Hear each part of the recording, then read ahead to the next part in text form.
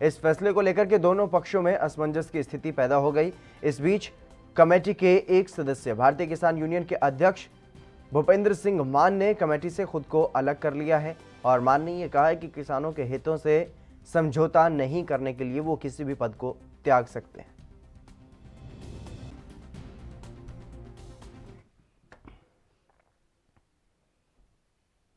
WhatsApp की नई गोपनीयता नीति के खिलाफ दिल्ली उच्च न्यायालय में याचिका दायर की गई है। इस याचिका में नई नीति को तत्काल प्रभाव से वापस लेने की मांग की गई है। बता दें कि व्हाट्सएप के कथित रूप से फेसबुक के साथ यूजर्स की सूचना साझा करने को लेकर के दी गई जानकारी के बाद कई देशों और उद्योग जगत में इस पर चर्चा शुरू हो गई थी। पेटीएम समेत कई बड़ी कंपनियों ने इस नीति की आलोचना की और बता दें कि व्हाट्सएप ने अपनी नई प्राइवेसी पॉलिसी को लेकर के पहली बार अपने यूजर्स को नोटिफिकेशन भेजा, लेकिन नई पॉलिसी उसके लिए बड़ी मुसीबत बन गई। व्हाट्सएप की नई पॉलिसी जारी होने के महज 7 दिनों में ही भारत में उसका डाउनलोड्स 35% तक कम हुआ है। व्हाट्सएप की लगातार सफाई देने के बाद भी लोग दूसरे ऐप पर तेजी से शिफ्ट हो रहे हैं।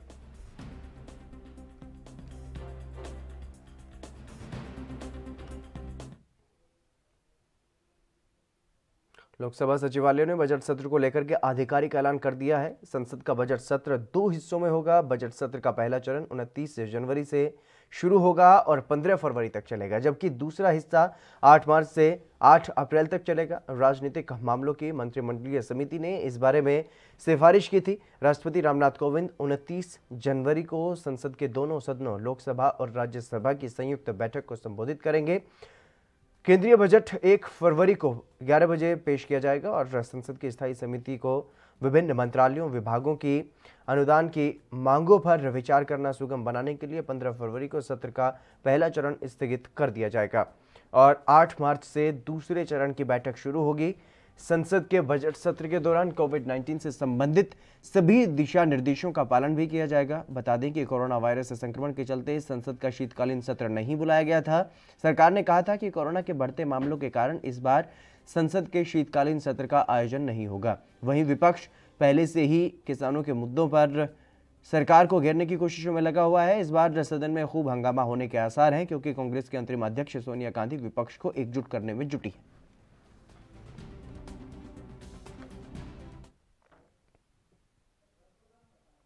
पश्चिम बंगाल बीजेपी के अध्यक्ष दिलीप घोष ने यह कहा है कि आतंकवादी बंगाल में मिलते हैं। मुर्शिदाबाद वीरभूम से आतंकवादी पकड़े जाते हैं।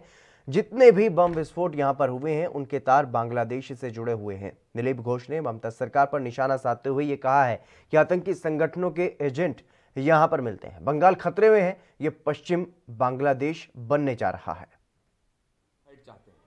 जीतने में मजा उसी में है जहां लड़ाई होता है। लेकिन इसके पहले भी तापस राय ने खुले मंच में ये बात बोल चुके हैं सीपीएम कांग्रेस को कि आप जीत नहीं सकते, हरा नहीं सकते बीजेपी को, टीएमसी के साथ आइए। उनकी प्रॉब्लम नहीं, प्रॉब्लम टीएमसी का है कि वो अकेले लड़के जीत नहीं सकते बीजेपी से। जितना हार नजदीक आ रहा है उनकी बोल बदल रहा है। कल एमएलए बोला, आज एमपी बोल रहा है, कल चीफ मिनिस्टर बोलेंगे। परिस्थिति इतनी हालत खराब है उनकी कि वो ना लड़ाई के काबिल रहे ना जीतने का संभावना है। ये कोई नई बात नहीं है, हम 50 बार बोल चुके हैं। क्योंकि पूरा देश में बम बंदूक की आवाज नहीं, कहीं आतंकवादी नहीं है, केवल बंगाल में ही मिलता है। ये आप लोग जानते हैं, आपने भी खबर बनाया कि मुर्शिदाबाद से बीरभूम से उग्रवादी पकड़ा जाता है। सिमी जमात अलकायदा जेएमबी का जितने एजेंट यहीं पर मिलता है और जितना भी यहाँ बम विस्फोट हुआ सबका तार बांग्लादेश के साथ जुड़ा हुआ है। तो इसलिए बोलने की बात नहीं है। और यहाँ की सरकार की कोई एजेंसी या तो पुलिस हाथ नहीं लगाता इन पर, केंद्र के एजेंसी आकर के इनको बेनकाब करता है, इनको पकड़ता है और इसीलिए केंद्रीय एजेंसी का विरोध यहां किया जाता है। इसलिए गुजरात के अहमदाबाद में केंद्रीय गृह मंत्री अमित शाह ने मकर संक्रांति के मौके पर उत्तरायण कार्यक्रम में हिस्सा लिया और इस दौरान उन्होंने पतंगबाजी भी की। शाह के साथ गुजरात के कई नेताओं ने कार्यक्रम में हिस्सा लिया। शाह ने उत्तरायण पर्व पर पतंग उड़ाकर के त्योहार को मनाया और बता दें कि गुजरात में उत्तरायण और रफासी उत्तरायण का पर्व बड़े धूमधाम के साथ मनाया जाता है और इस दौरान प्रदेश भर में करोड़ों रुपए की पतंग बिकती है। इसके अलावा त्योहार वाले दिन आसमान में रंग बिरंगे पतंगों की भरमार हो जाती है। इस दौरान लोग दिन भर छतों पर पतंग उड़ाते हुए देखे जा सकते हैं।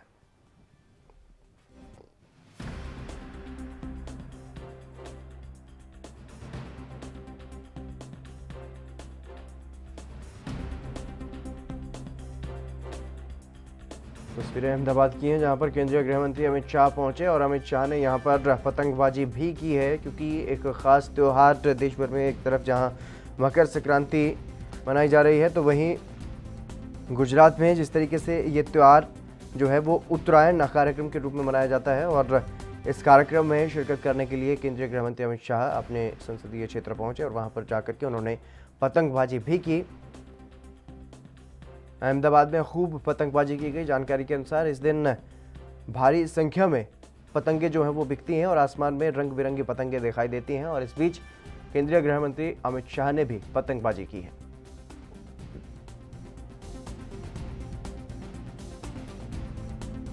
गुजरात के अहमदाबाद में केंद्रीय गृह मंत्री अमित शाह ने मकर संक्रांति के मौके पर उत्तरायण कार्यक्रम में हिस्सा लिया और इस दौरान उन्होंने पतंगबाजी की। गुजरात के कई नेताओं ने कार्यक्रम में हिस्सा लिया। केंद्रीय गृह मंत्री अमित शाह के साथ कई बड़े नेता जो है वो मौजूद रहे। वहीं यूपी के फिरोजाबाद में एक बार फिर से हिंदू मुस्लिम एकता की मिसाल देखने को मिली है। मकर संक्रांति के अवसर पर हिंदू मुस्लिम संगठन के लोगों ने मिलकर के खिचड़ी भोज कार्यक्रम किया और शहर में मकर संक्रांति का पर्व बड़े हर्षोल्लास के साथ मनाया गया। कार्यक्रम में सीओ सिटी और समाजसेवी मयंक भटनागर और व्यापार मंडल के पदाधिकारियों ने भी बढ़ चढ़कर के हिस्सा लिया। प्रसाद वितरण में अपनी भागीदारी निभाकर हिंदू मुस्लिम एकता की मिसाल दी गई।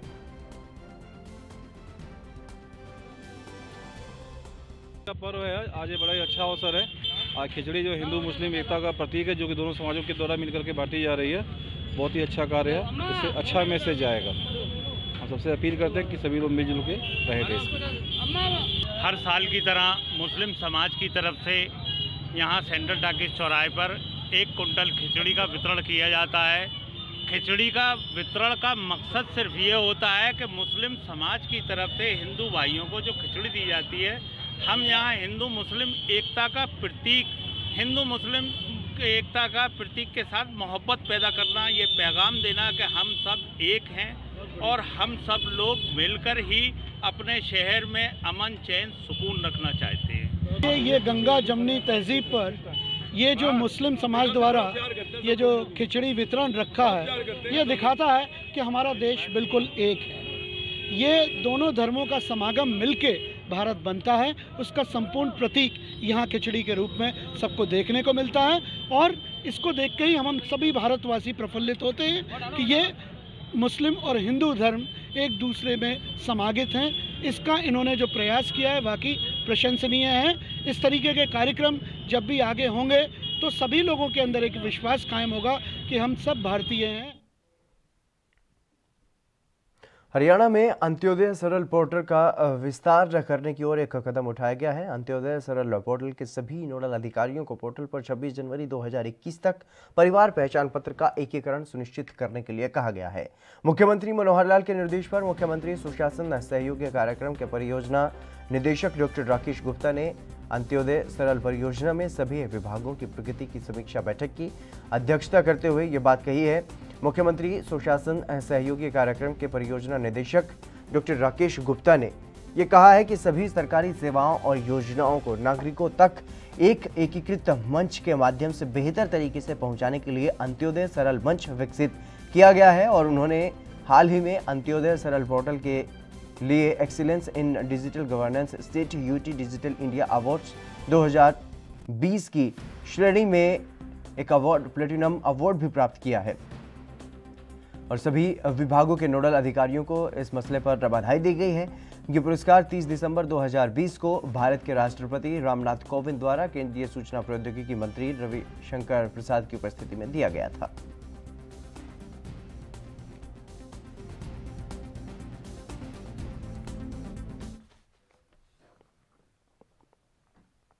माघ मेले की सुरक्षा के लिए उत्तर प्रदेश के प्रयागराज में ब्लैक कैट कमांडो की तैनाती कर दी गई है। आशुतोष मिश्रा एसपी क्राइम ने यह बताया है कि मेले में ब्लैक कैट कमांडो की तैनाती कर दी गई है और मेले की सुरक्षा के लिए हमने 116 सीसीटीवी भी लगाए हैं।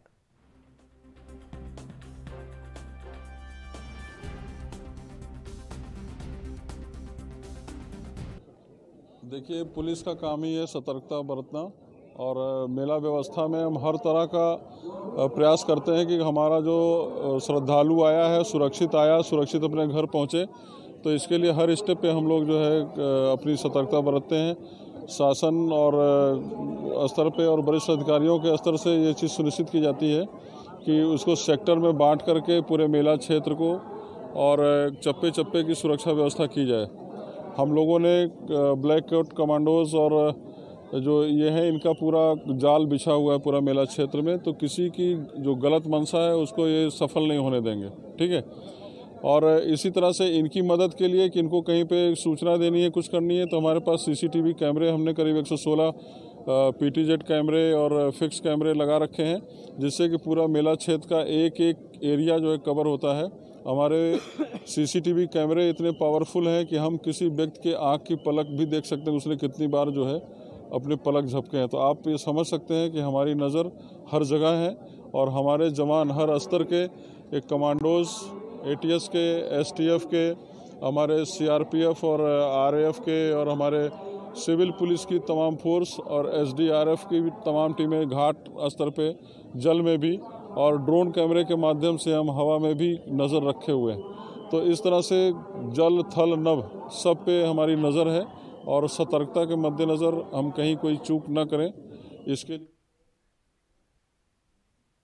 उत्तर प्रदेश के रामपुर में कोरोना वैक्सीन की पहली खेप पहुंची। कड़ी सुरक्षा के बीच कोरोना वैक्सीन खेप को स्वास्थ्य विभाग की टीम ने किला परिसर में स्टोर करवाया। और बता दें कि रामपुर जिले में कोरोना वैक्सीन के 8,410 डोज पहुंच चुके हैं।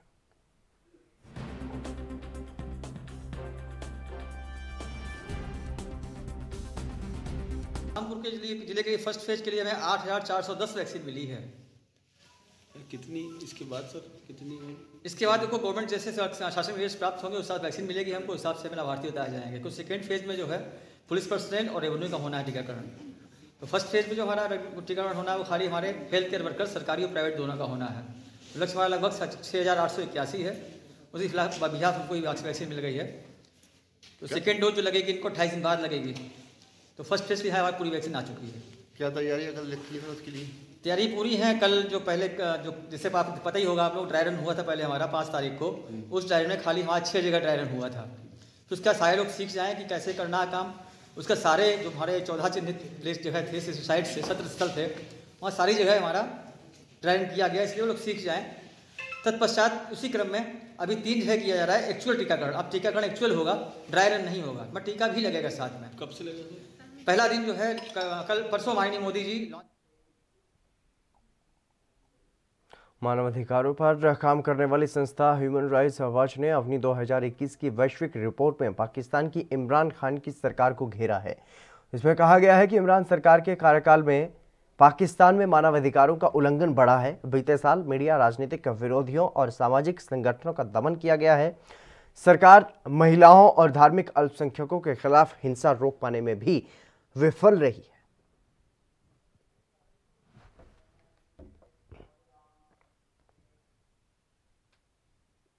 हरियाणा में नगर निगम चुनाव संपन्न हो गए हैं और राज्य के अंबाला में नगर निगम चुनाव में जीत हासिल कर चुकी शहर की पहली महिला मेयर शक्ति रानी शर्मा ने शपथ ली। मेयर की शपथ लेने के बाद अंबाला के 20 वार्डों से जीते हुए नगर निगम के सदस्यों ने भी शपथ ली और इसके साथ ही अंबाला में छोटी सरकार बनने का काम पूरा हो चुका है। बता दें कि शक्ति रानी शर्मा पूर्व मंत्री विनोद शर्मा और हरियाणा जनचेतना पार्टी के संस्थापक की धर्मपत्नी हैं और उन्होंने हरियाणा जनचेतना पार्टी की टिकट से मेयर पद के लिए चुनाव लड़ा और उसमें जीत भी हासिल की। अंबाला मेयर और 20 वार्डों से चुने गए नगर निगम के सदस्यों को मंडलायुक्त दीप्ति उमाशंकर की अध्यक्षता में शपथ दिलवाई गई। बता दें कि अंबाला नगर निगम में 8 बीजेपी पार्टी के सदस्य और 7 हरियाणा जनचेतना पार्टी, 3 कांग्रेस और 2 हरियाणा डेमोक्रेटिक फ्रंट के सदस्य।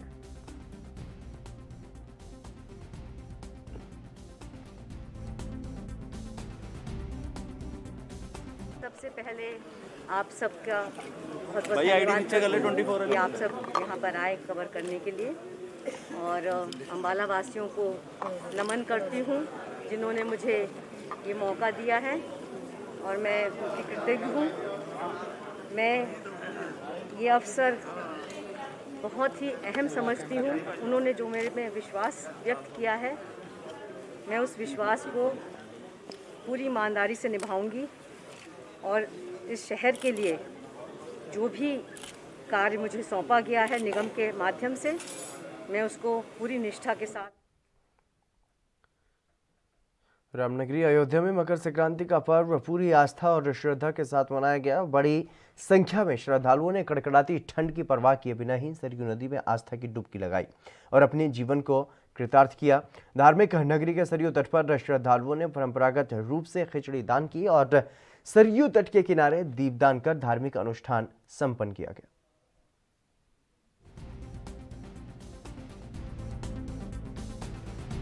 हम गोंडा से आए हैं, हम लोग स्नान करने आए हैं यहाँ पे। हाँ, मकर संक्रांति का मौसम है, किस तरह आपने आज मनाया है? हम लोगों ने नहाया धोया, पूजा पाठ किया, उसका बाद भगवान नागेश्वरनाथ को जल चढ़ाया, यहाँ पे हनुमानगढ़ी पे प्रसाद चढ़ाया। इस तरह से खिचड़ी यहाँ पे दान करते हैं। आज के दिन मकर संक्रांति के दिन खिचड़ी का दान किया जाता है। कितने लोग आए हैं आप लोग यहाँ पे? हम लोग 10-20 लोग आए हैं। पंजाब के मोगा में पुलिस ने कार्रवाई करते हुए 2 अपराधियों को हिरासत में ले लिया है और ये अपराधी अमीर घरानों को डरा धमका करके फिरौती मांगने का काम करते थे। डीएसपी जगजीत सिंह ने यह बताया है कि ये पकड़े गए अपराधी अमीर घरानों के घर और दफ्तरों के नज़दीक जाकर के हवाई फायर करते थे और विदेश में बैठे इनके साथी फ़ोन पर फिरौती के लिए धमकी देते थे। बहरहाल पुलिस ने दोनों को हिरासत में लेकर उनसे असला बरामद कर लिया है।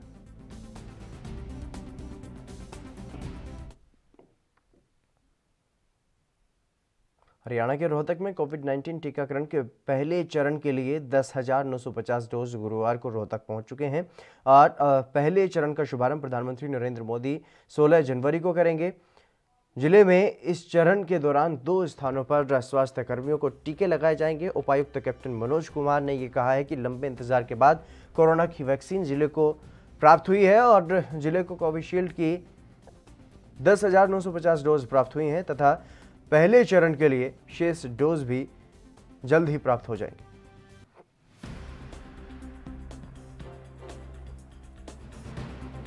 एंटीबॉडी शरीर में बन जाए और ये वायरस निष्क्रिय हो जाए।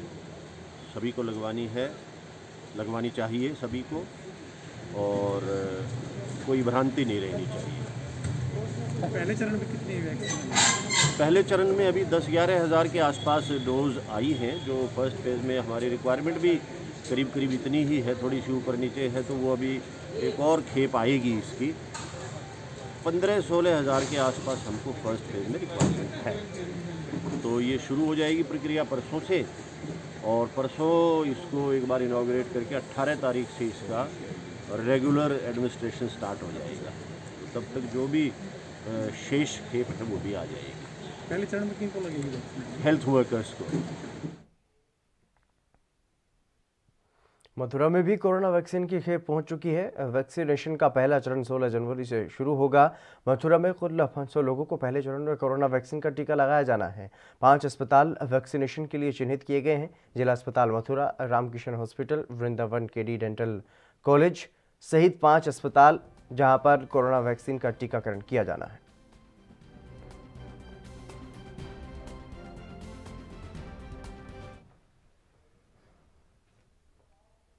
हापुड़ जिले में गुरुवार को कोरोना की वैक्सीन पहुंची तो सभी के चेहरे खिल उठे और स्वास्थ्य विभाग के अधिकारियों ने एक दूसरे को मिठाई भी खिलाई, खुशी जाहिर की गई। वहीं जिले में कई स्थानों पर 16 जनवरी से कोरोना वैक्सीन लगाने का अभियान शुरू कर दिया जाएगा। मुख्य चिकित्सा अधिकारी डॉक्टर रेखा शर्मा ने बताया कि कोरोना वैक्सीन का जो टीकाकरण होना है उससे पहले जिले में 2 बार ड्राई रन किया जा चुका है जो पूरी तरह से सफल रहा है और जिले में 400 प्राइवेट और सरकारी स्वास्थ्य कर्मियों को प्रथम चरण में टीका लगाया जाना है।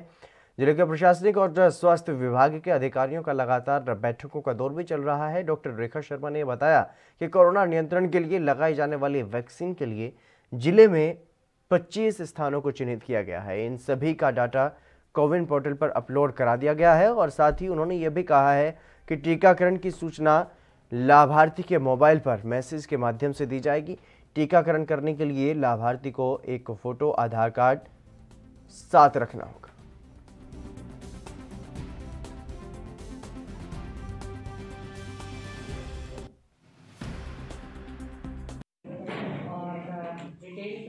हमने आपको बता दिया है। आप लोगों का कॉपरेशन पूरे कोविड के दौरान रहा और अब भी आपसे अपेक्षा करती हूँ कि आप सबका सहयोग रहेगा। कोविड वैक्सीन का लगने में एक तो हमारा ये होगा कि हम सबको मोटिवेट करें कि वो वैक्सीन लगाएं, क्योंकि तभी उसमें सेफ्टी है। और जो कोविड पॉजिटिव भी हो चुके हैं उनको भी कोविड वैक्सीन लगनी है, क्योंकि इसी से इम्यूनिटी उनकी बढ़ेगी। और इसमें कोई जो भ्रांति फैलाने वाला है, कोई अगर फैलाता है तो वो गलत है, और भ्रांति अगर कहीं होती है तो वो आप उसको मुझसे क्लैरिफाई कर सकते हैं कि कोई इसमें है, क्योंकि ये बहुत टेस्ट होने के बाद जब बिल्कुल इसकी सुरक्षा जांच कर ली गई है लगने के लिए, तब ये वैक्सीन हमारी उस दिन अब 16 तारीख को जो लॉन्चिंग है उसमें 4 जगह लगेगी। उसमें अंदर जाने का जिसके पास ID कार्ड होगा, जो लिस्ट में नाम होगा, वही लोग अंदर एंटर कर पाएंगे। तो इसलिए पूरा होता है कि इसमें कोई ना इसमें नाम चेंज हो सकता है, जो पोर्टल से आ गया है उसी को वैक्सीन लगेगी, कोई इसमें वो नहीं कर सकता। भरतपुर के रूपवास थाना इलाके में गांव चकसामरी में जहरीली शराब पीने की वजह से हुई मौतों की संख्या 7 पहुंच चुकी है। 3 गंभीर घायलों को जिला अस्पताल से जयपुर के लिए रेफर किया गया है। वहीं इस हादसे के बाद जिला आबकारी विभाग के अधिकारी मौके पर पहुंचे और जांच जारी है। मुख्य चिकित्सा अधिकारी डॉक्टर नवदीप सिंह सैनी ने बताया है कि हादसे में बुधवार को 2 लोगों की मौके पर ही मौत हो गई थी। उसके बाद 4 लोगों की मौत यहां पर इलाज के दौरान हो गई और एक घायल को, एक गंभीर रूप से जो बीमार है, उसे जयपुर के अस्पताल के लिए रेफर किया गया था। उसकी रास्ते में ही मौत हो गई। गांव में बिक्री होने वाली अवैध देशी शराब के प्रति लोगों में काफ़ी रोष व्याप्त है और वहीं ग्रामीणों ने आरोप लगाया है कि उनके इलाके में अवैध शराब की बिक्री काफ़ी समय से हो रही है। ये जो रूबा से कल जो घटना घटी है, रूबा से हमारे पास टोटल 8 पेशेंट अभी तक रेफर हुए थे। उनमें से 5 की डेथ की सूचना हमें मिली है और 3 रेफर किए गए हैं यहाँ से SMS में आज सुबह राउंड्स करने के बाद। तो इसमें कोई 7 की सूचना है कि 7 लोग खत्म हुए, ऐसा कुछ है? 2 का जहाँ तक हमें भी पता है कि यहाँ on the spot he death हो गई थी, उनको RBM नहीं लाया गया था। 2 की on the spot he death हो गई थी। मध्य प्रदेश के पूर्व मंत्री सज्जन सिंह वर्मा एक बार फिर से अपने बेतुके बयान के कारण बीजेपी के निशाने पर हैं। दरअसल मुख्यमंत्री शिवराज सिंह चौहान ने लड़कियों की शादी की उम्र 21 साल करने की बात कही है। इस पर सज्जन वर्मा ने यह कहा कि जब डॉक्टर बोलते हैं कि लड़कियां 15 साल में प्रजनन के लायक हो जाती हैं तो शादी की उम्र 21 साल करने की क्या ज़रूरत है। अब इस मामले पर उनका बयान सामने आने के बाद मध्य प्रदेश बीजेपी के अध्यक्ष VD शर्मा ने भी उनका बयान ट्वीट किया और साथ में ये लिखा कि हमारी बहन बेटियों के लिए कांग्रेसियों की ये सोच अत्यंत शर्मनाक है। सज्जन वर्मा को वो बयान भी वर्मा ने जो बयान दिया है वो बयान भी आपको सुनवाते हैं। नहीं, हम ये नहीं कह रहे जब 18 साल है तो जो कौन सा बड़ा वैज्ञानिक हो गया भैया शिवराज, कौन सा बड़ा डॉक्टर हो गया तो 21 साल करने वाला। भाई डॉक्टरों की रिपोर्ट है ये बच्चियों के बारे में कि 15 साल में प्रजनन के उपयुक्त पाई जाती हैं, तो 18 साल परिपक्व हो गई बच्ची ये माना जाता है वैज्ञानिकों से, उसे रहना चाहिए। 21 साल का लॉजिक आप बता दो, शिवराज की तरफ से आप भी बता दो, चलो क्या लॉजिक है। बर्ड फ्लू का खतरा पूरे देश पर मंडरा रहा है और अभी तक बर्ड फ्लू की वजह से बहुत सारे पक्षियों की जान भी जा चुकी है। मध्य प्रदेश में बीते दिनों मुर्गी की प्रसिद्ध प्रजाति कड़कनाथ बर्ड फ्लू की चपेट में आई, जिसके बाद अंबाला पशुपालन विभाग पूरी तरह से अलर्ट हो चुका है और पशुपालन विभाग की टीम ने कड़कनाथ फार्म में जाकर के निरीक्षण भी किया। पशुपालन विभाग के डॉक्टर ने ये बताया कि उन्होंने निरीक्षण के दौरान पाया कि अंबाला में कड़कनाथ में किसी भी तरह का कोई भी बर्ड फ्लू का संक्रमण नहीं है। इन्होंने ये कहा कि बर्ड फ्लू को लेकर के अंबाला पशुपालन विभाग पूरी तरह से जागरूक है। अभी हरियाणा पूरी तरह से सेफ है और पूरा डिपार्टमेंट जागृत है और पूरा रिस्पांस दे रहा है पूरी चेकिंग पे। कड़कनाथ पक्षी बिल्कुल ठीक हैं और किसी भी तरह की यहाँ कोई प्रॉब्लम नहीं है। एवियन इन्फ्लुएंजा से संबंधित कोई भी प्रॉब्लम नहीं है। जो भी न्यूज़ चल रही हैं बर्ड फ्लू को लेकर, उसमें प्रशासन और मीडिया बहुत अच्छा अपना रोल प्ले कर रहा है और जगह जगह पे अवेयरनेस के बारे में लोगों को अवेयर भी कर रहे हैं और इंस्पेक्शन भी कर रहे हैं। फार्म्स पर डॉक्टर्स भी आ रहे हैं, बाकी लोग भी यहाँ पे सर्वे करने के लिए आ रहे हैं। तो मैं उन सब लोगों को बताना चाहता हूँ और अपने व्यूअर्स को बताना चाहता हूँ कि किंग कड़कनाथ ने अपने हर बर्ड के लिए, हर फार्म के लिए पूरे सेफ्टी पैरामीटर्स को पूरे तरीके से अप्लाई किया हुआ है। बर्ड को हर तरह की वैक्सीन बचपन से लेके और एग लेइंग तक सब डन होती है। तो किसी भी तरह की बर्ड फ्लू या उस तरह की चीज़ों के लिए जो भी उसके रोग प्रतिशोधक क्षमताएं उसकी बढ़ाने के लिए जो भी चीज़ें हैं वो सारी की सारी प्रॉपर ढंग से की जा रही हैं, ताकि किसी भी आदमी को इससे डरने की ज़रूरत नहीं है। क्योंकि जिस टेम्परेचर पे हम लोग उबाल कर खाना बनाते हैं या अंडा उबाल कर खाते हैं, उस टेम्परेचर पर तो वैसे ही वो वायरस टिकता नहीं है। और वैसे भी वो वायरस ना आए उसके लिए भी हर तरह का जो जानकारियाँ हैं, जो भी वैक्सीन शेड्यूल हैं, जो भी फीड का सिस्टम रहता है, फॉर्मुलेशन रहती है, वो अच्छे तरीके से फॉलो किया जाता है, ताकि किसी भी खाने वाले को, यूज़ करने वाले। देश भर में मकर संक्रांति का त्यौहार धूमधाम से मनाया जा रहा है। लोग पतंगबाजी का भी जमकर लुत्फ उठा रहे हैं। और वहीं हरियाणा के फरीदाबाद में मकर संक्रांति पर लोगों में खासा उत्साह देखने को मिला। गुरुवार को फरीदाबाद जिले में दान पुण्य और भंडारा कर खिचड़ी बांटी गई और इस मौके पर विधायक नरेंद्र गुप्ता ने भी वहां पर शिरकत की।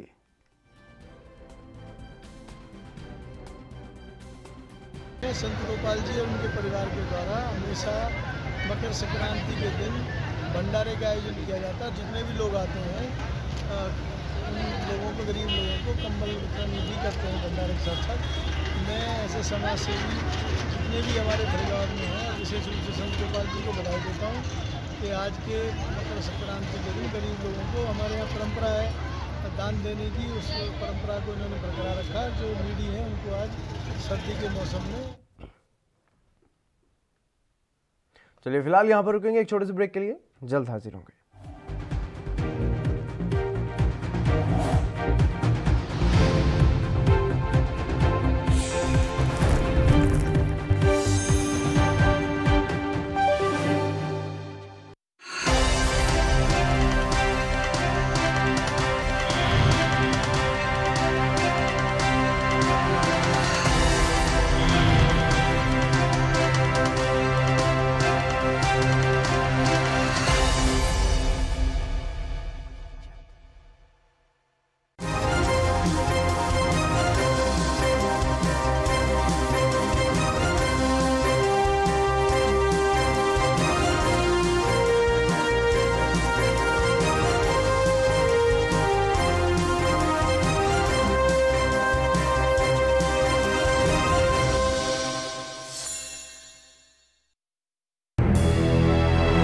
लखनऊ से लेकर चंडीगढ़ तक, मुंबई से लेकर रायपुर तक, क्या है राजनीति की हलचल, क्या है समाज का मिजाज।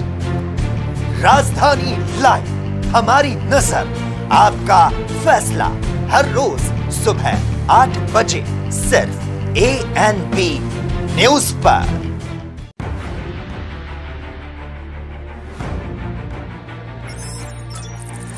खबर चाहे सियासत की हो या सरकार की, खबर चाहे भ्रष्टाचार की हो या गुनहगार की,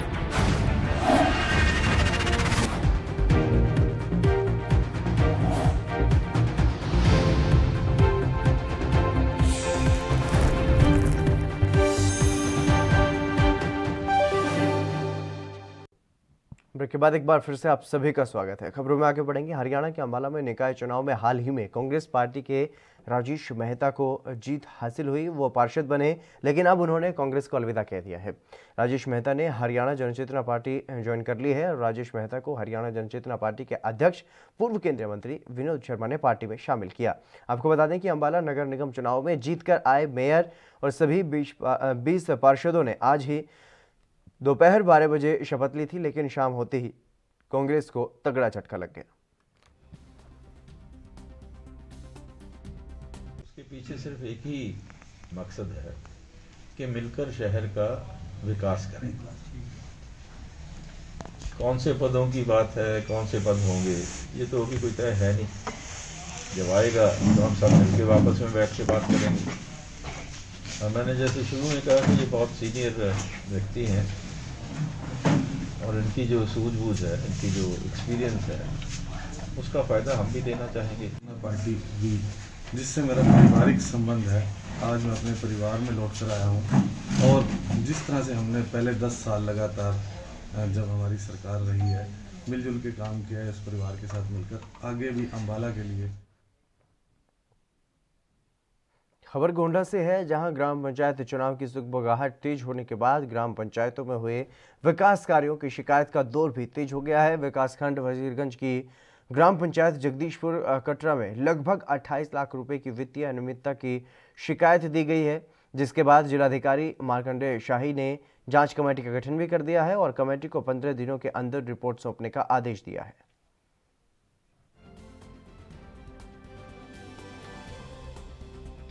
ये 28,16,000 रुपए का गबन है। ये 1 जुलाई 2020 से 19 दिसंबर 2020 के मध्य में ग्राम पंचायत वकील खान और ग्राम विकास अधिकारी मनीषा यादव और इनके सहयोगी अमरनाथ यादव ने कूट रचित दस्तावेज का प्रयोग करके गबन किया है।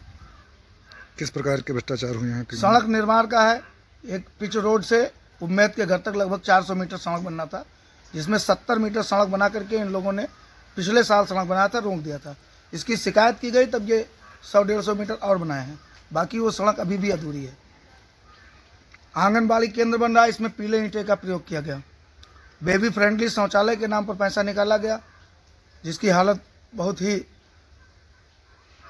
दुर्दशापूर्ण है। ये वजीरगंज में ग्राम पंचायत में अनियमितता संज्ञान में आई थी, जिसमें लगभग 36 लाख के आसपास का इसमें गबन का प्रकरण संज्ञान में आया था। इसमें 3 सदस्य। देश के सबसे बड़े टीकाकरण अभियान की शुरुआत 16 जनवरी से पूरे देश में एक साथ होगी, जिसके लिए चित्तौड़गढ़ जिले में चिकित्सा और स्वास्थ्य विभाग ने सभी तैयारियां पूरी कर ली हैं। पहले चरण के लिए होने वाले टीकाकरण के लिए 13,220 वैक्सीन के डोज बुधवार को चित्तौड़गढ़ पहुंचे और जिसे पुलिस सुरक्षा के बीच जिला औषधि भंडार में बनाए गए कोल्ड स्टोरेज में रखवाया गया।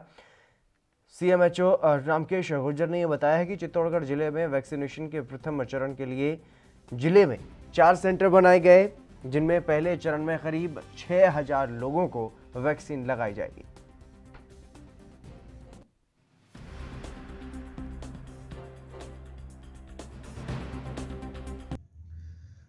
देश का सबसे बड़ा टीकाकरण अभियान जो कोविड वैक्सीनेशन का है, उसके लिए विभाग द्वारा सभी तैयारियां पूर्ण कर ली गई है और जिले में 4 बूथ बनाए गए हैं। टीमों का गठन कर लिया गया है और वहाँ सभी टीम के सदस्यों का प्रशिक्षण किया जा चुका है एवं ड्राई रन करके हमने वो भी तैयारियां सुनिश्चित कर ली। कराया जाएगा। हाँ, चित्तौड़गढ़ जिले में कल रात को 7 बजे समथिंग 13,000 के समथिंग डोजें आई है और उनका हमने डिस्ट्रिक्ट वैक्सीन स्टोर में उनका किसी भी सूरत में स्वच्छता के नियमों का उल्लंघन महंगा साबित पड़ेगा। दरअसल नगर निगम की टीमें फील्ड में पहुंच गई हैं और सभी 22 वार्डों में जांच चल रही है। बगैर मास्क मिलने वालों के 500 रुपए के देर शाम तक चालान भी काटे गए और वहीं कचरा जलाने, प्रतिबंधित पॉलीथीन यानी कि सिंगल यूज प्लास्टिक हो या फिर कचरा जलाने वाले सभी को निगरानी में अब निगम की टीमें जो है वो जुट गई हैं और नगर निगम कार्यालय में सभी टीमें पहुंची। सुबह से स्वास्थ्य शाखा, भूमि शाखा, सफाई शाखा और स्वच्छ भारत मिशन जैसी ब्रांचों की टीमें भी रवाना हुई। अब जांच शुरू हुई है। वहीं हर शाम करीब 5 बजे तक बाजारों, कॉलोनियों, पार्कों, सार्वजनिक स्थलों, चौराहों आदि स्थानों पर टीमें जांच करेंगी। निगम की टीमें जनवरी और फरवरी तक नियमित तौर से अभियान चलाएंगी। फिलहाल टीमें फील्ड में पहुंच चुकी हैं।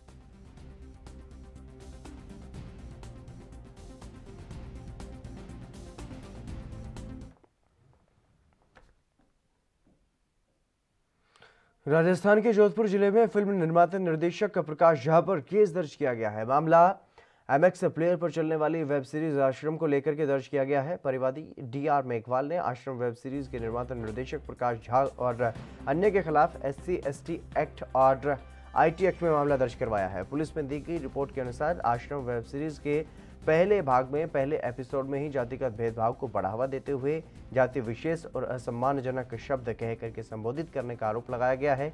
वहीं पुलिस ने विभिन्न धाराओं में मामला दर्ज करते हुए अनुसंधान प्रारंभ कर दिया है।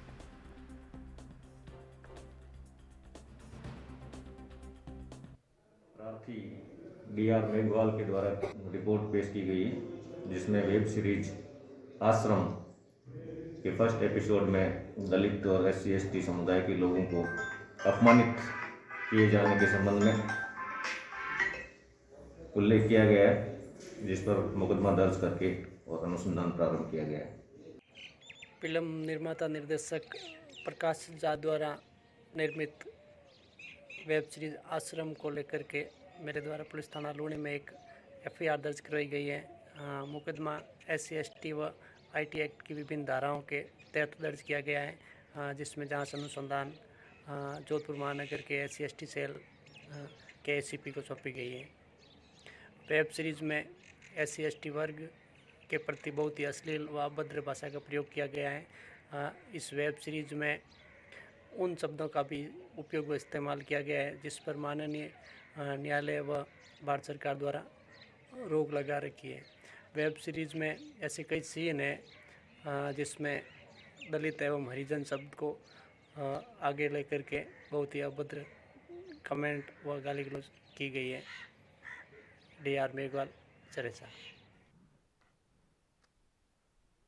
हरियाणा के फरीदाबाद में केंद्रीय मंत्री कृष्णपाल गुर्जर ने एक कार्यक्रम में शिरकत की और कार्यक्रम में केंद्रीय मंत्री ने 2.5 करोड़ रुपए की लागत से हुए विकास कार्यों का शुभारंभ भी किया। इस दौरान केंद्रीय मंत्री के साथ विधायक राजेश नागर भी मौजूद रहे और इस मौके पर उन्होंने ये कहा कि बीजेपी सरकार लगातार लोगों के विकास के लिए काम कर रही है और जो गाँव नगर निगम में शामिल किए गए हैं उनका विकास भी अब नगर निगम की ओर से किया जाएगा। केंद्रीय मंत्री कृष्णपाल गुर्जर ने यह कहा है कि नगर निगम में गांवों को शामिल करने पर कहीं कोई विरोध नहीं है, केवल मीडिया ही इसका विरोध दर्शा रहा है।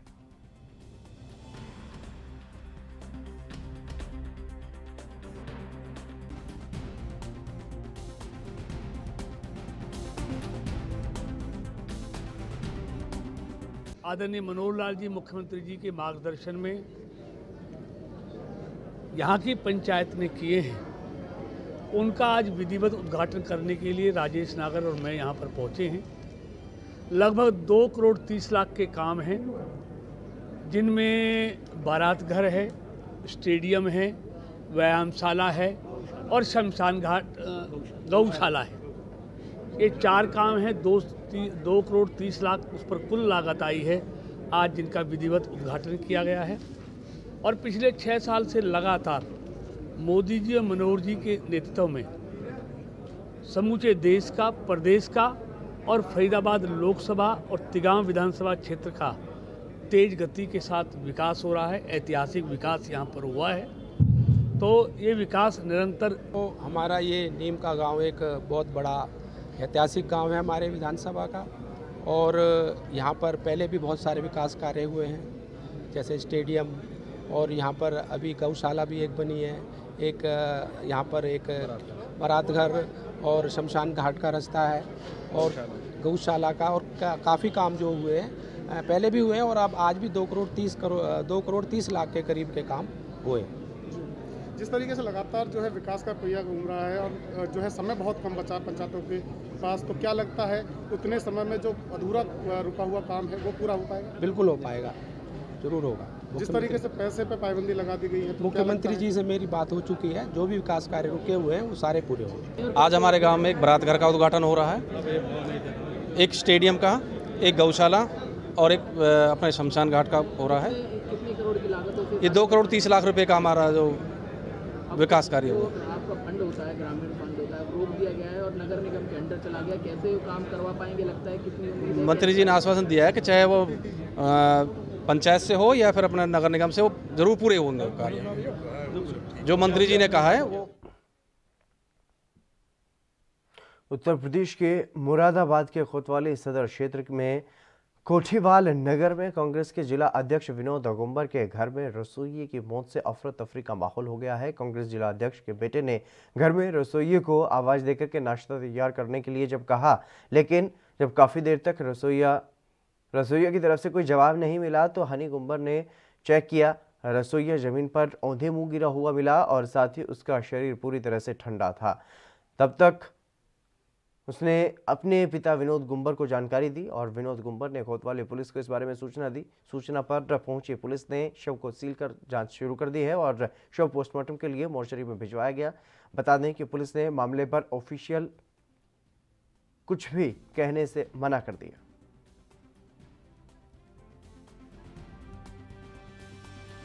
मैं सुबह नहाने के लिए पानी के लिए ऊपर गया, पानी था नहीं टंकी में, तो हमारे यहाँ नीचे यहाँ प्रेशर वाला पाइप है जिससे पानी का प्रेशर निकलता है।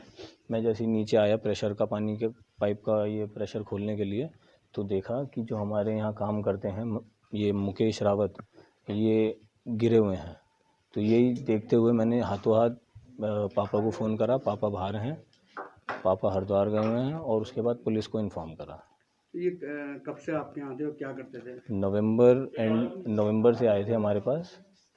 नवंबर से आए थे हमारे पास, 4 दिन की छुट्टी पे गए हुए थे और कल ही आए थे 1 बजे दोपहर को। क्या करते थे आपके यहाँ काम? हमारे यहाँ खाना बनाना, सफाई वफाई सारे काम करते थे। तो अभी जब सुबह बाथरूम में किस हालत में थे अभी आपने देखा? पहले तो मेरे को लगा बेहोश हुए हुए हैं। जब मैंने हिलाया, थोड़ा उन्हें करा तो इनकी बॉडी पूरी ठंडी पड़ी हुई थी। तो ये देख हिमाचल प्रदेश के कुल्लू में पुलिस ने अवैध मादक पदार्थों की तस्करी के खिलाफ कार्रवाई करते हुए 4 आरोपियों को गिरफ्तार किया। मामले में 122 किलोग्राम चरस और 295 किलोग्राम गांजा बरामद किया गया। जानकारी के अनुसार पुलिस की टीम ने सूचना के आधार पर देर रात जंगल में दबिश दी और जहां पर चरस के सप्लायर और डिलीवरी लेने वाले 2 लोगों को धर दबोचा गया और नशा माफिया के कब्जे से 111 किलोग्राम चरस की खेप बरामद की गई। एसपी कुल्लू गौरव सिंह ने यह बताया कि संयुक्त टीम में 27 लोग शामिल थे और पैदल भी टीम को सफ़र तय करना पड़ा। टीम ने 111 किलो चरस, साथ में 2 आरोपी को पहले ही गिरफ्तार किया गया और वहीं 2 लोगों के ठिकानों पर जब रेड की गई तो उनसे भी 11 किलो 588 ग्राम चरस बरामद की गई। और बता दें कि 24 घंटे में कुल्लू पुलिस ने 127 किलोग्राम चरस और 300 किलो गांजा बरामद करने में सफलता हासिल की है।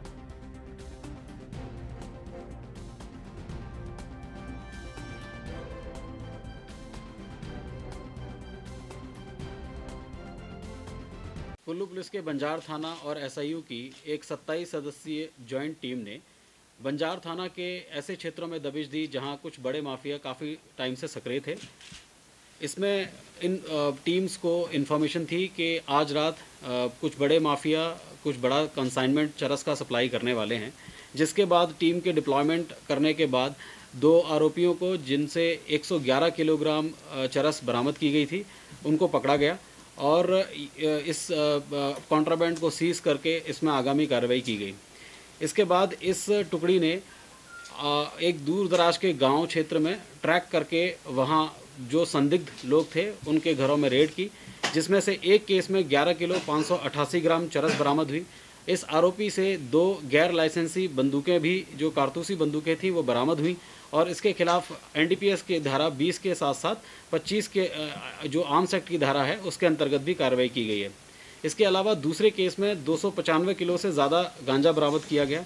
सभी बरामद किए गए कुल मादक पदार्थों की व्यापारिक कीमत तकरीबन 4 करोड़ रुपए है। यह ऑपरेशन करीब 20 घंटे चला। सभी आरोपी काफ़ी लंबे अरसे से जो है इस तरह की ड्रग्स की गतिविधियों में संलिप्त थे और पुलिस की सर्विलांस में थे। इसके अलावा पिछले 24 घंटे में कुल्लू पुलिस ने 127 किलो चरस बरामद की है। इनमें 4 केस रजिस्टर किए गए हैं। कुल्लू पुलिस ने पिछले 1.5 साल में 412 किलो से ज़्यादा चरस बरामद की है और फाइनेंशियल इन्वेस्टिगेशन जो बड़े सप्लायर्स थे उनकी की गई है। इसमें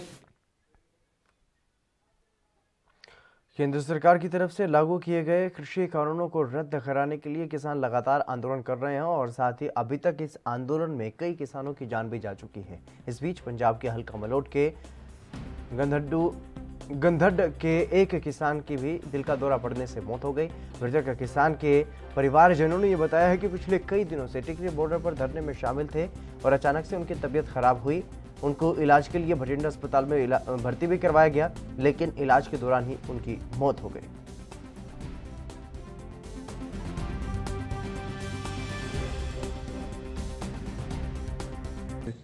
ਇਹ ਉੱਥੇ ਬਾਰਡਰ ਤੇ ਸੀਗੇ ਆਪਣੇ ਦਿੱਲੀ ਗਏ ਸੀ ਧਰਨੇ ਤੇ। ਹਾਂਜੀ। ਉੱਥੇ ਇਹਨਾਂ ਦੀ ਸਿਹਤ ਕੁਛ ਥੋੜੀ ਜਿਹੀ ਖਰਾਬ ਹੋ ਗਈ। ਹਾਂਜੀ। ਇਹ ਵਾਪਸ ਆ ਗਏ ਤੇ ਇੱਥੋਂ ਫਿਰ ਇਹਨਾਂ ਨੂੰ ਦਾਖਲ ਕਰਾਇਆ ਗਿਆ ਸੀਗਾ, ਜਿੱਥੇ ਇਹਨਾਂ ਦੀ ਮੌਤ ਹੋ ਗਈ ਹਸਪਤਾਲ ਆਪਣੇ ਬਠਿੰਡੇ। ਮੇਰੇ ਚਾਚਾ ਜੀ ਇਕਬਾਲ ਸਿੰਘ ਢਿੱਲੋਂ ਜੋ ਕਿ ਟਿੱਕਰੀ ਬਾਰਡਰ ਤੇ 15 ਦਿਨ ਤੋਂ ਧਰਨੇ 'ਚ ਬੈਠੇ ਸਨ ਤੇ ਉਹਨਾਂ ਦੀ ਅਚਾਨਕ ਥੋੜੀ ਸਿਹਤ ਖਰਾਬ ਹੋਣ ਕਾਰਨ ਉਹ ਉੱਥੋਂ ਵਾਪਸ ਆ ਰਹੇ ਸੀ ਤੇ ਵਾਪਸ ਆਉਂਦਿਆਂ ਸਿਹਤ ਜ਼ਿਆਦਾ ਖਰਾਬ ਹੋ ਗਈ। ਉਸ ਤੋਂ ਬਾਅਦ ਉਹਨੂੰ ਬਠਿੰਡੇ ਗੌਰਵ ਸਿੰਗਲਾ ਹਸਪੀਟਲ ਦੇ ਵਿੱਚ ਦਾਖਲ ਕਰਾਇਆ ਗਿਆ, ਜਿਸ ਦੇ ਵਿੱਚ ਉਹ ਬ੍ਰੇਨ ਦੇ ਵਿੱਚ ਹਾਰਟ ਅਟੈਕ ਦੀ ਪ੍ਰੋਬਲਮ ਆ ਗਈ ਤੇ ਉਹਨਾਂ ਦੀ 3 ਦਿਨਾਂ ਬਾਅਦ ਅੱਜ ਰਾਤ ਨੂੰ 1 ਵਜੇ ਉਹਨਾਂ ਦੀ डेथ हो। गुरुवार को श्री मुक्तसर साहिब में मकर संक्रांति के पर्व में लगाया जाने वाले मेले के अवसर पर किसान संगठनों में जुड़े लोगों की तरफ से एक रैली का आयोजन वहां पर किया गया और जिसमें मुख्य रूप से जो मुख्य अतिथि पहुंचे वो भारतीय किसान यूनियन सिद्धपुर एकता के पंजाब अध्यक्ष जगजीत सिंह डलेवाल दिल्ली में चल रहे किसान आंदोलन को छोड़कर के यहां पर पहुंचे। उन्होंने अपने संबोधन में केंद्र सरकार के साथ हुई बातचीत और बैठकों का विस्तार से हवाला दिया और उन्होंने बताया कि किसान तब तक वापस नहीं आएंगे जब तक केंद्र सरकार द्वारा लागू किए गए कानूनों को रद्द नहीं किया जाता। किसान आंदोलन में शहीद हो रहे हैं जिसको कोई भी किसान संगठन भूल नहीं सकता। साथ ही उन्होंने केंद्र सरकार को चेतावनी दी कि वो इन कानूनों को रद्द कर दें, नहीं तो हमारा आंदोलन और भी तेज और काफी लंबा चलेगा।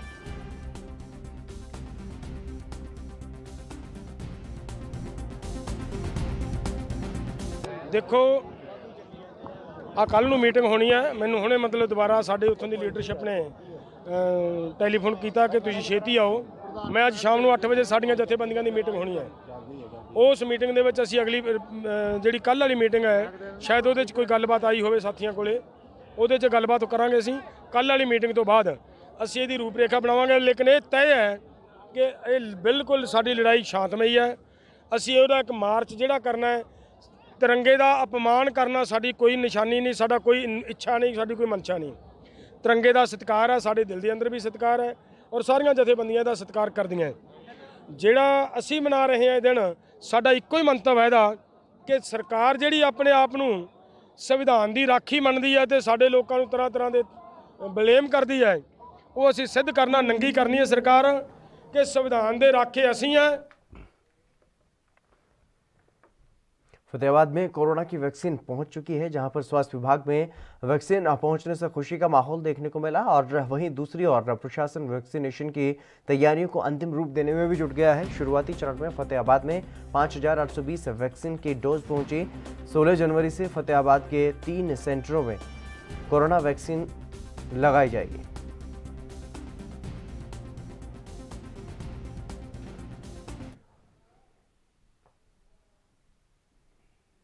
देश के कई राज्यों में बर्ड फ्लू का कहर जारी है, तो वहीं हरियाणा के कई जिलों में भी बर्ड फ्लू की पुष्टि हो चुकी है। अब ऐसे में मुख्यमंत्री मनोहर लाल खट्टर के निर्देश के बाद पशुपालन विभाग सतर्क हो चुका है। इस बीच हरियाणा के सोनीपत में बर्ड फ्लू को लेकर के प्रशासनिक बैठक का आयोजन किया गया।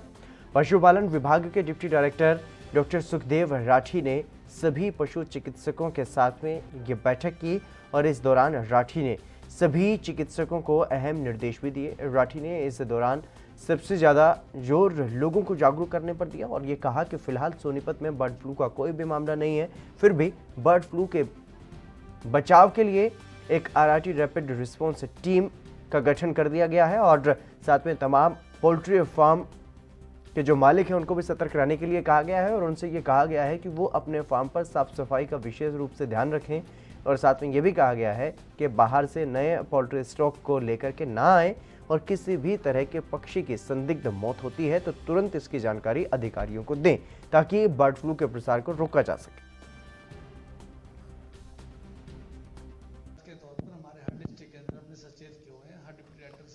बनाई हुई है, एडवाइजरी जारी करी हुई है सरकार के द्वारा। सोनीपत के लिए भी पूरे हरियाणा के लिए एडवाइजरी हमने जारी की है, एक्शन प्लान जारी किया है। किसी प्रकार की स्थिति होती है तो हमने किस तरह से तैयारी करनी है और हमारे आज इसी प्रकार की, इसीलिए हम आज यहाँ पर आए हैं देखने के लिए कि हमारे जिला स्तर पर हमारी क्या तैयारी है और हर जिले के अंदर हमारी हर तरह की रैपिड रिएक्शन टीम ये तैयार हुई है। सोनीपत के अंदर तकरीबन 40 टीमें यहाँ पे तैयार बनाई हुई। वहीं भूपेंद्र सिंह मान की ओर से सुप्रीम कोर्ट की कमेटी से खुद को अलग किए जाने पर और राहुल गांधी के दिए गए बयान पर कांग्रेस प्रवक्ता मीम अफजल ने क्या कुछ कहा है वो आपको सुनवाते हैं। जो कमेटी बनी है वो इस कानून के हामी ज़्यादातर लोगों की है। इस पर सरकार की तरफ से जो जवाब दिया जा रहा था वो ये कहा जा रहा था कि भूपेंद्र सिंह मान जो हैं वो बहुत सीनियर लीडर हैं और किसान संगठनों से हमेशा जुड़े रहे हैं, और ये बात सही भी है। लेकिन आप देख लीजिए कि जब उन्हें ये एहसास हुआ कि सारा किसान जो है वो जो चाहता है वो शायद वो नहीं कर पाएंगे, तो उन्होंने इस्तीफ़ा दे दिया और बड़े इज्जत के साथ उन्होंने सुप्रीम कोर्ट के एहतराम के साथ ये इस्तीफ़ा दिया है, एक तरह से उससे अलहदगी इख्तियार कर ली है। मैं ये समझता हूँ कि इस कमेटी की अब कोई अहमियत नहीं रह गई और सुप्रीम कोर्ट को इस पर दोबारा से गौर करना चाहिए। और किसानों की जो मांग है वो बिल्कुल जायज़ मांग है। मेरी समझ में एक बात नहीं आती है कि सरकार को इस बात की ज़िद क्यों है कि कानून वापस ना हो। आप कानून वापस ले लीजिए, उसके बाद बैठ के बातचीत कीजिए, जो आपके मुद्दे हैं वो भी रखिए, किसानों के जो मुद्दे हैं उसको लेकर के कानून बना लीजिए। क्या परेशानी है इसके अंदर? ये हमें पूरी उम्मीद थी कि किसान किसी भी हालत में आकर जो रिपब्लिक डे की परेड है उसको तो किसी भी हाल में डिस्टर्ब नहीं करेंगे। और आज ऐसा ऐलान करके उन्होंने जो हमारी सोच थी उसको एक तरह से जिला दी है, उसको मजबूत किया है।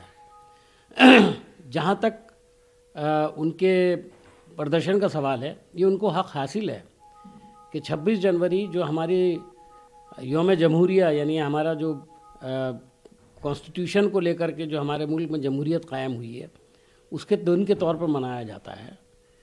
उस दिन अगर वो अपने राइट्स को लेकर के, अपनी मांग को लेकर के, और बहुत ही अहम मांगे हैं उनकी, उसको लेकर के अगर वो प्रदर्शन ट्रैक्टर रैली निकालना चाहते हैं तो वो चाहते हैं कि पब्लिक जहाँ एक तरफ देश की झांकियाँ देखे दिल्ली में, वहीं दूसरी तरफ ये झांकी भी देखे जो किसान वहाँ पर निकालेंगे। उन्होंने इससे भी आगे बढ़कर एक बात कही है कि ये एक सोची समझी सरकार की साजिश है किसानों को बर्बाद करने के लिए, और मैं ये समझता हूँ कि इसके अंदर सब चीज़ शामिल है। नट शेल में उन्होंने जो जुमला बोला है वो बिल्कुल हालात की अक्कासी करता है और ये साबित करता है कि इस देश के 62 करोड़ किसानों के साथ जिस तरह से मजाक किया जा रहा है वो अब बंद होना चाहिए और ये काले कवानीन वापस होने चाहिए। भारत और श्रीलंका के बीच बने राम सेतु को लेकर के अब कई बड़े खुलासे हो सकते हैं। इसे लेकर के एक रिसर्च की जा रही है जिसके माध्यम से ये पता चलेगा कि राम सेतु की आयु कितनी है। इसके अलावा रिसर्च में ये भी पता लगाया जाएगा कि इसे कैसे बनाया गया था। वहीं रिसर्च के लिए भारतीय पुरातत्व सर्वेक्षण विभाग ने हरी झंडी दे दी है और इसे CSIR नेशनल इंस्टीट्यूट की तरफ से ये काम जो है वो किया जाएगा, जिसको लेकर के केंद्रीय पर्यटन मंत्री प्रहलाद सिंह पटेल ने ये कहा है कि हम भरोसा देते हैं कि रिसर्च से राम सेतु को कोई भी नुकसान नहीं पहुंचेगा। इसके अलावा प्रहलाद पटेल ने राहुल गांधी के बयान को लेकर के भी प्रतिक्रिया दी है। गोवा का उसने आवेदन किया था हमारी हाई पावर कमेटी के सामने। हाई पावर कमेटी में आर्कोलॉजी के लोग होते हैं, ओशियन साइंस के लोग होते हैं और भी तमाम एक्सपर्ट्स होते हैं। उस कमेटी ने परमिशन दी। परमिशन के बाद में आर्डर देने का काम DGSI करते हैं, वो उन्होंने किया है। दूसरी बात है कि ओशनोलॉजी जो ऑर्गेनाइजेशन है हमारा गोवा का, ओशनोग्राफी, उसने 3 बिंदुओं पर हमसे एक्सीबिशन की परमिशन मांगी है। पहला है नेचर, दूसरा है formation of the Ram Setu और तीसरा है कि जो एरिया जो इससे इफेक्ट होना है। मुझे लगता है कि ये बिल्कुल ठीक दिशा में उन्होंने हमसे परमिशन मांगी है और परमिशन ASI ने उसको दी है। और एक और आवेदन आया था लेकिन वो थोड़ा स्टेट गवर्नमेंट नहीं आया, इसलिए हमने उसको वापस किया है। अगर स्टेट गवर्नमेंट की सहमति होगी तो हम उसको भी देंगे। हमारी मान्यता ये है कि वो पौराणिक और पुरातात्विक जगह है। हम पहले भी कह चुके हैं कि कभी भी राम सेतु के साथ छेड़खानी नहीं होनी चाहिए। सुप्रीम कोर्ट में भारत सरकार ने ये एफिडेविट दिया हुआ है और इसलिए पर मैं ये मानता हूँ कि साइंटिफिक रिसर्च होनी चाहिए, एक्सीवेशन की ज़रूरत पड़ती है तो होनी चाहिए, लेकिन इससे कभी राम सेतु को क्षति नहीं होगी, ये बात पक्की है। मुझे राहुल गांधी की बात पे कोई टिप्पणी नहीं करना है। वो विदेश में छुट्टी मनाएं, वो अच्छा है। या जैसा गिरिराज जी ने कहा था कि वो कभी कभी यहाँ भारत घूमने आते हैं, तो बेहतर ये है कि वो जब भारत घूमने आते हैं तो कुछ बातें करते रहते हैं, तो इसका जवाब देना मैं ठीक नहीं मानता। उन्होंने ये भी कहा कि चीन अभी लेकिन प्रधानमंत्री को एक शब्द तक नहीं किया। मुझे वो हमेशा से मर्यादाओं का उल्लंघन करते रहे हैं। हमारी विदेश और रक्षा नीति पर कभी हम सामने की ऐसी बातें नहीं करते। तमिलनाडु के मदुरई के अवनियापुरम में जल्लीकट्टू कार्यक्रम के दौरान 2 बुल टैमर को गिरफ्तार किया गया। इन दोनों पर यह आरोप है कि कार्यक्रम के दौरान ये कृषि कानूनों के खिलाफ काले झंडे लहरा रहे थे और केंद्र सरकार के खिलाफ नारेबाजी कर रहे थे। इसके अलावा आपको बता दें कि कोरोना महामारी को देखते हुए राज्य सरकार ने निर्देश दिए थे कि इस कार्यक्रम में खिलाड़ियों की संख्या 150 से अधिक नहीं होनी चाहिए और साथ ही दर्शकों की संख्या भी सभा के 50% से अधिक नहीं होनी चाहिए।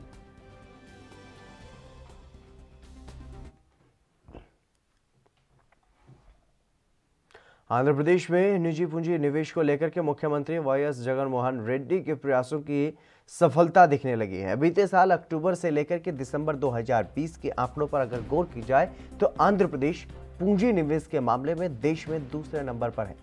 हाल के दिनों में जिस तरह से मुख्यमंत्री वाईएस जगनमोहन रेड्डी के इन्वेस्टमेंट को प्रोत्साहन दिया है, उससे ये लगता है कि वो दिन दूर नहीं, आंध्र पूंजी निवेश के मामले में देश के अव्वल राज्य के तौर पर स्थापित होगा।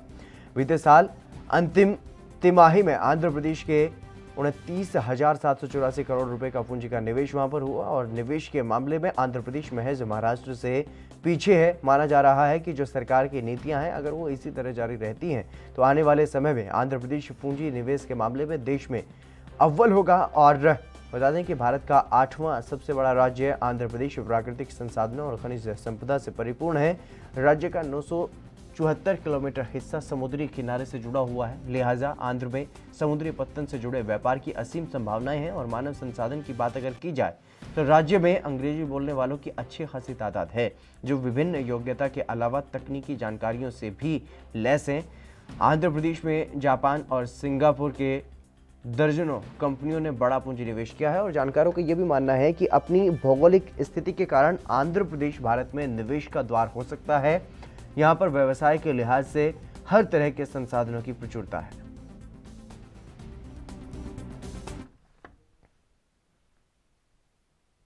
चलिए मेरे साथ खबरों में बस इतना ही, दीजिए इजाजत, नमस्कार।